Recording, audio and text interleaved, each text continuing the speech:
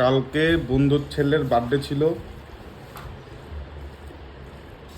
খাই দায় আসছি, রাতেরবেলা ভাত খাই নাই। আর আমার খাওয়া দাওয়া কি বলে কামাই করি না, বিয়ে দিয়ে করা দূরের কথা।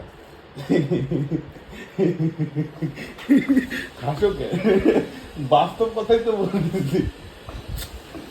আমাকে খাইতে দিচ্ছে বাড়িতে, এটাই অনেক। আমি এগুলো রোজ ভিডিও বানায় ছাড়ি। হ্যাঁ, সেই আগেকার দিনে মানুষই ভালো ছিল, আদিম গুহায় থাকতো, পাথর ঠোকাঠুকি করতো, খাইতো, চলে যেত। আমার মা হাসতেছে। তোমাদের জায়গায় আপনার কত লাথি মেরে হবে।